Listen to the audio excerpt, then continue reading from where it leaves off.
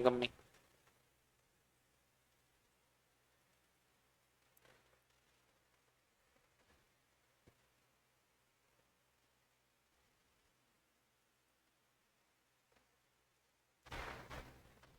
इनकी भी यूट्यूब पे डाल देना भाई, इनकी तो ऐप पर डालनी हो, सर को बता देना, एक जगह कर रहे हो ना इनका चैन छोड़ोगा। नाम पूछ लिया करो उनको ना, टॉपिक का नाम क्या है ना।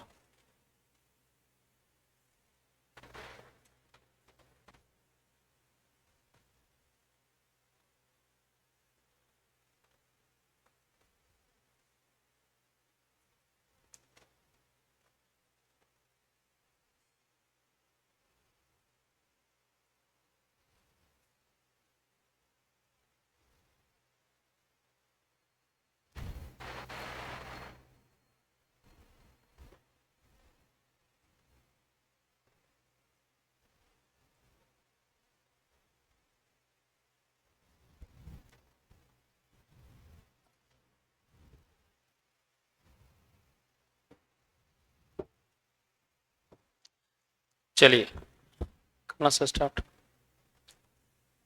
अब रह गए हमारे राज्य के आयोग। एक टॉपिक और क्या रह गया, राज्य के आयोग। संवैधानिक आयोग, कुछ आयोग होते हैं संवैधानिक, कुछ होते हैं सांविधिक, है ना, और कुछ होते हैं गैर संवैधानिक। संवैधानिक आयोग उन्हें कहते हैं जिनका उल्लेख इसमें वो संविधान में हो, जैसे आरपीएससी, इसका उल्लेख संविधान में है कि संविधान के भाग नंबर इतने में अनुच्छेद नंबर इतने में लिखा हुआ है, तो ये कहलाएगा संवैधानिक आयोग। एक होता है सांविधिक आयोग, मतलब विधि बना के संविधान में जोड़ना, तो वो सांविधिक कहलाएगा। और एक आयोग तो होता है पर संविधान में उसका उल्लेख नहीं होता है ना, तो वो गैर संवैधानिक कहलाएंगे ना। जैसे नीति आयोग है, वो गैर संवैधानिक, संविधान में नीति आयोग का कहीं उल्लेख नहीं है, ठीक है। तो देखिए हम बात कर रहे हैं यहाँ पे राजस्थान लोक सेवा आयोग आरपीएससी, एसआई केंद्र में है यूपीएससी। यूपीएससी अलग पढ़ेंगे, यहाँ भी हम आरपीएससी पढ़ रहे हैं।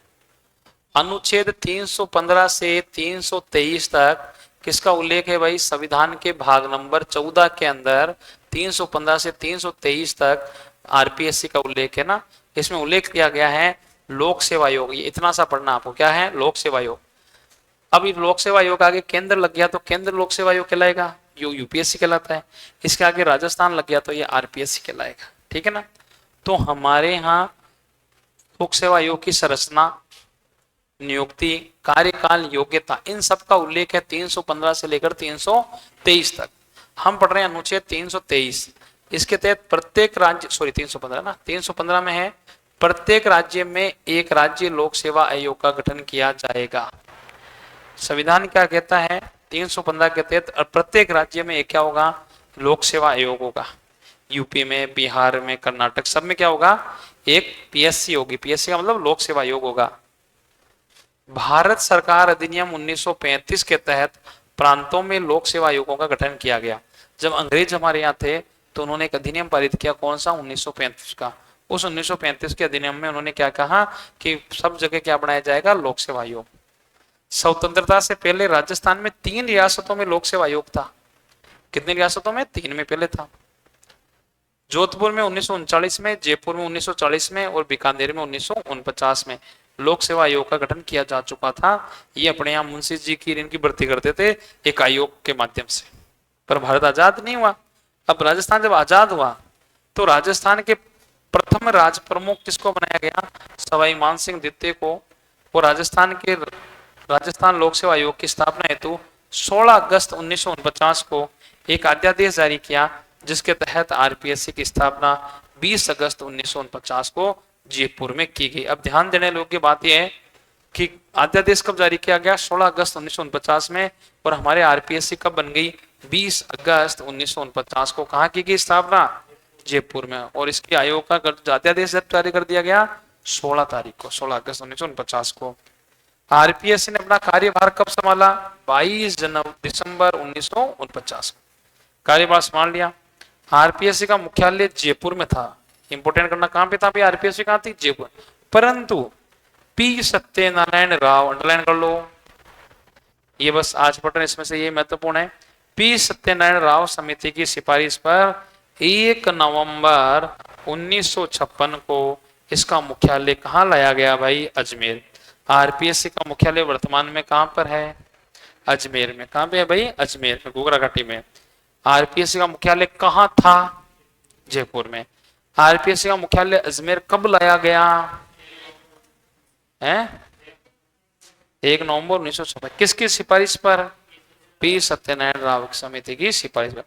भाई इस समिति ने क्या है कि हमारे यहाँ पे वो बंटवारा किया, लड़ाई हो गई सबके में साहब, राजधानी जब जयपुर रख रहे हो तो अजमेर वाले को क्या मिलेगा? जोधपुर वालों को। तो पी सत्यनारायण राव समिति की सिफारिश पर जोधपुर को तो दिया हाई कोर्ट, और अजमेर के अंदर, अजमेर राजस्थान में विलय हुआ, सबके लास्ट में हुआ, तो इनको कहा भाई तुम आरपीएससी ले लो, रेवेन्यू बोर्ड ले लो, माध्यमिक शिक्षा बोर्ड, वो से तीनों काम पे हैं, अजमेर में है। बीकानेर का हम मिलेंगे तो बीकानेर को प्राथमिक निदेशालय दिया।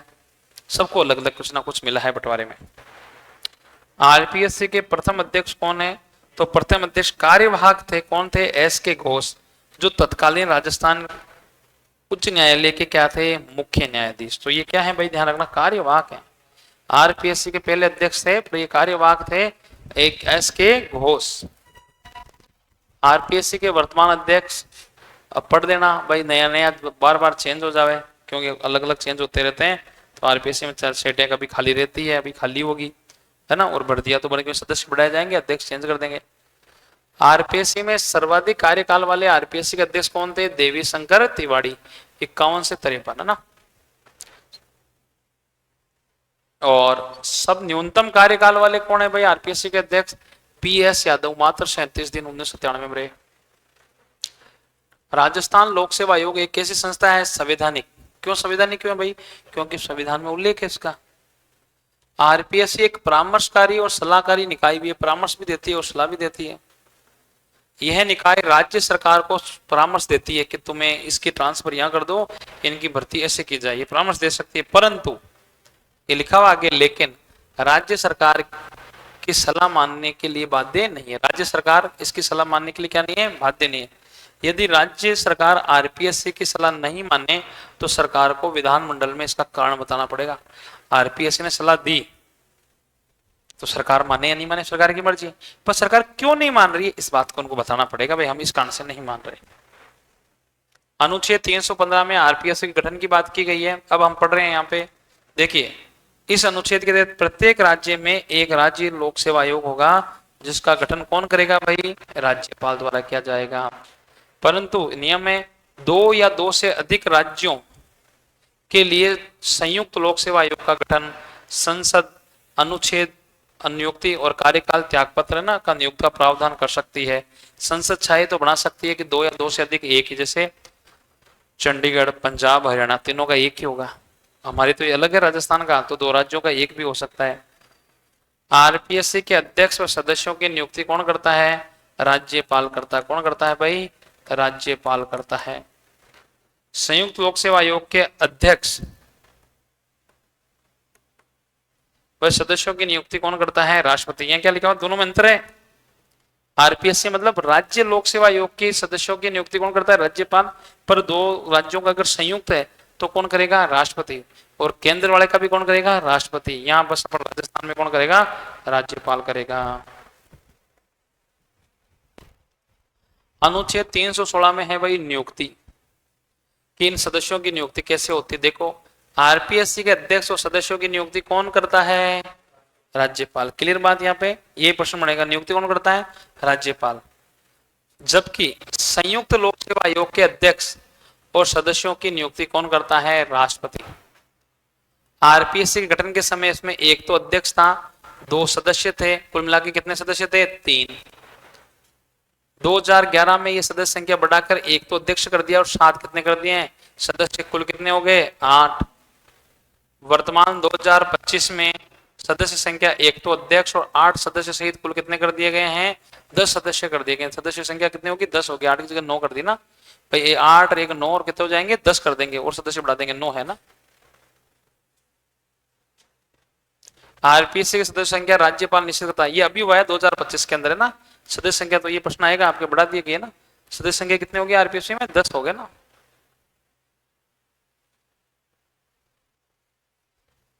ठीक है, ये अपडेट के अंदर लिखवा देंगे 10 है, 11 है, आगे बढ़े ना भी, आज देख लेंगे भी।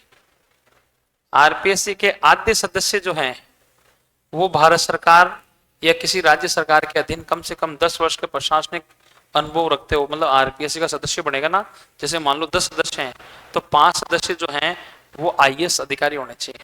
होने चाहिए आईएएस के, रिटायर्ड हुए आईएएस काम करते हुए। आरपीएससी के आधे सदस्य मतलब 50% सदस्य सामान्यतः राजनीतिक शिक्षा, कानून, समाज सेवा, मतलब 50% को सरकार नियुक्त करती है और 50% किससे आने चाहिए, सरकारी नौकरी से आने चाहिए। मतलब पढ़े लिखे तो हो, 50 में तुम भी आ सकते हो, समाज भी लिखा हुआ, समाज सेवा करने वाले किसी नेता को भी बना सकते हैं आरपीएस का सदस्य। आयोग के अध्यक्ष पद की योग्यता के संबंध में संविधान में कोई विशेष प्रावधान नहीं है कि आरपीएससी का जो अध्यक्ष बनेगा वो कैसा बनेगा, उसके लिए क्या योग्यता, कोई लिखा हुआ नहीं, बना दे सरकार, जिसको चाहे नियुक्त कर दे। कार्यवाहक अध्यक्ष, यदि अध्यक्ष का पद रिक्त होता है या अध्यक्ष कार्य करने में असमर्थ हो तो राज्यपाल अन्य सदस्यों में से किसी एक को क्या बना देगा, कार्यवाहक अध्यक्ष बना देगा। हमारे यहाँ क्या है कि मान लो अध्यक्ष अभी काम करने में नहीं, अभी अध्यक्ष पद खाली पड़ा था तो क्या बनाया गया है, कार्यवाहक बनाया गया। वहां पे कौन बनाएगा कार्यवाहक भी, राज्यपाल। किसको बनाएगा, उन अन्य सदस्यों में से। आरपीएससी का कार्यकाल, आरपीएससी के अध्यक्ष और सदस्यों का कार्यकाल जो है पद ग्रहण करने से कितने वर्ष होता है, 6 वर्ष या 62 वर्ष, जो भी पहले हो। न्यूनतम आयु नहीं है इसमें, अधिकतम है। कितने वर्ष हो सकता है, 6 वर्ष, या कितना हो सकता है, 62 वर्ष, जो भी पहले हो।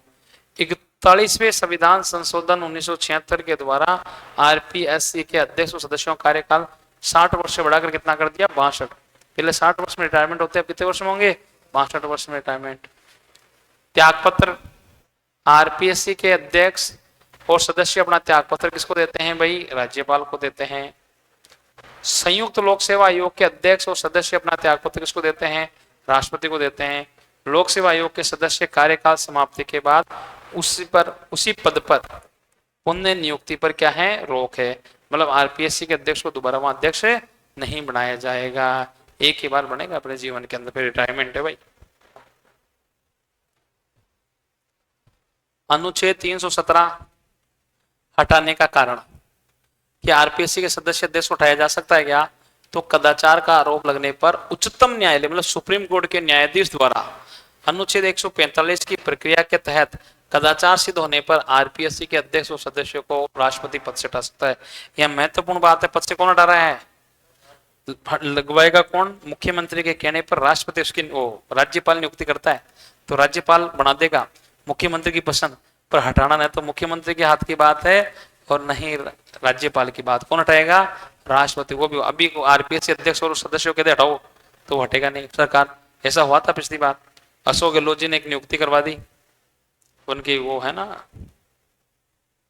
नाम मैं भूल गया, कर्नल है, कर्नल राजपूत है कोई, नियुक्ति करा दी, फिर बोले नहीं नहीं अब इनको हटाओ, उनको वापस बुलाओ। उसको कहा यार तो त्यागपत्र दे दे, वो उसको पता है कि अब त्यागपत्र तो मैं बाद में दूंगा क्योंकि वो नहीं हटेगा तो कोई नहीं हटा सकता। उन्होंने कहा भाई गलती से बना दिया तेरे को, नाम नहीं था, लिस्ट में चला दिया, बन गए तो बन गए, और उन्होंने शांत बैठ गए और उन्होंने कार्यकाल निकाल रहे हैं अभी। आरपीएससी के अध्यक्ष और सदस्यों को जांच के दौरान राज्यपाल निलंबन कर सकता है। कौन निलंबन कर सकता है भाई, राज्यपाल उसको निलंबित कर देगा, जांच चल रही है तो। अभी एसआई के पेपर के अंदर जांचें चल रही है तो कई वो कटारा जी कई हैं, उनको क्या कर रखा है, निलंबित कर रखा है, तुम आरपीएससी नहीं जाओगे। संयुक्त लोक सेवा आयोग के अध्यक्ष और सदस्यों को जांच के दौरान राष्ट्रपति भी क्या कर सकता है, निलंबित। किसको, संयुक्त लोक सेवा वाले की बात कर रहे हैं। निम्न कारणों से भी अध्यक्ष और सदस्यों को पद से हटा सकता है, यदि वो दिवालिया घोषित हो जाए, नैतिक अध्यक्षता का दोषी पाया जाए, नैतिकता का, और लाभ के पद पर हो, अगर वो किसी लाभ के पद पर हो, किसी रिश्वत ली हो तो भी उसे पद से हटाया जा सकता है। अनुच्छेद 318 में सेवा शर्तों है, जो आईपीएस आईएएस रहे हुए हो, रिटायरमेंट होके आते हैं वहां रहे, हाँ। आयोग के सदस्यों की संख्या और उनकी सेवा शर्तों का निर्धारण कौन करता है, राज्यपाल। कि भाई इनको पैसे कितने मिलेंगे, कितने साल तक रहेगा, कभी बढ़ा सकते हैं। अध्यक्ष और सदस्यों की सेवा शर्तों में उनकी नियुक्ति के पश्चात अलाभकारी परिवर्तन नहीं किया। वो सैलरी 1 लाख मिल रही है तो 1 लाख ही मिलेगी, कम नहीं कर सकते, उसकी सैलरी में परिवर्तन नहीं होगा। 319 आरपीएससी का अध्यक्ष सेवानिवृत्त मतलब रिटायरमेंट होने के पश्चात यूपीएससी का तो अध्यक्ष या सदस्य के रूप में या अन्य राज्यों के लोक सेवा आयोग के रूप में नियुक्त होने का पात्र है। मतलब हमारे यहाँ राजस्थान से अगर अध्यक्ष हैं आरपीएससी के, रिटायरमेंट हो गए, तो हमारे राजस्थान में किसी पद पे काम नहीं करेंगे। वो यूपीएससी में जाके अध्यक्ष बन सकता है, सदस्य बन सकता है, किसी दूसरे राज्य की पीएससी में ट्रांसफर हो सकता है, पर राजस्थान में वो नहीं होगा ना। किंतु भारत सरकार के किसी राज्य सरकार के अधीन किसी अन्य नियोजन का पात्र नहीं होगा, अन्य किसी काम का पात्र हम उसको नहीं रखेंगे। आरपीएससी के सदस्य सेवानिवृत्ति के पश्चात, यहाँ आरपीएससी की बात कर रहे हैं ना, सदस्य की बात कर रहे हैं, अध्यक्ष की बात नहीं कर रहे हम, सदस्य की बात कर रहे हैं। सेवानिवृत्ति पश्चात यूपीएससी का अध्यक्ष बन सकता है, यूपीएससी का सदस्य के रूप में काम कर सकता है, अतः उसी राज्य के राज्य लोक सेवा आयोग का क्या बन सकता है, अध्यक्ष भी बन सकता है, अन्य राज्य के लोक सेवा आयोग के रूप में नियुक्त होने का पात्र होगा। किंतु भारत सरकार के किसी राज्य की राज्य सरकार के अधीन अन्य नियोजन का पात्र, अरे आरपीएससी के अध्यक्ष को कहीं और का अध्यक्ष बना देवे तो उसको पता ना पेपर कहां से बनता है, काम कहां से होता है, तो गड़बड़ कर देगा मामला, ऐसा नहीं होगा। अध्यक्ष वह सदस्य सेवानिवृत्ति के बाद राज्यपाल तो बन सकता है, जैसे हरगोविंद, रघुकुल तिलक, या आरपीएससी के सदस्य रहे। इंपोर्टेंट लगो, कौन कौन राज्यपाल राजस्थान के ऐसे हैं जो आरपीएससी के अध्यक्ष रहे हुए हैं, तो हर गोविंद भी रहे हुए हैं, रघुकुल तिलक भी रहे हैं, है ना, ये अपने अपने कहीं भी पीएससी के अध्यक्ष रहे हुए हैं। अनुच्छेद 320 में कार्य क्या है इनका, राज्य की सेवाओं में नियुक्तियों के लिए परिलाभों का संचालन करना, लोक सेवकों के पदोन्नति हेतु सिफारिश करना, अनुशासनात्मक कार्रवाई पर परामर्श देना, यह राज्य का भर्ती प्राधिकरण राज्य सरकार की क्या कराता है, भर्ती कराता है। अनुच्छेद 321 राज्य विधानमंडल विधि बनाकर राज्य लोक सेवा आयोग को अतिरिक्त कार्य सौंप सकता है। अनुच्छेद 322 के तहत आरपीएससी का अध्यक्ष और सदस्य वेतन और पेंशन राज्य सरकार सिंचित निधि से देगी। पैसा कौन देगा इनको, राज्य सरकार देगी। अनुच्छेद 323 के तहत आरपीएससी अपना वार्षिक प्रतिवेदन, वेरी इंपोर्टेंट लगाओ, किसको सौंपता है, राज्यपाल को।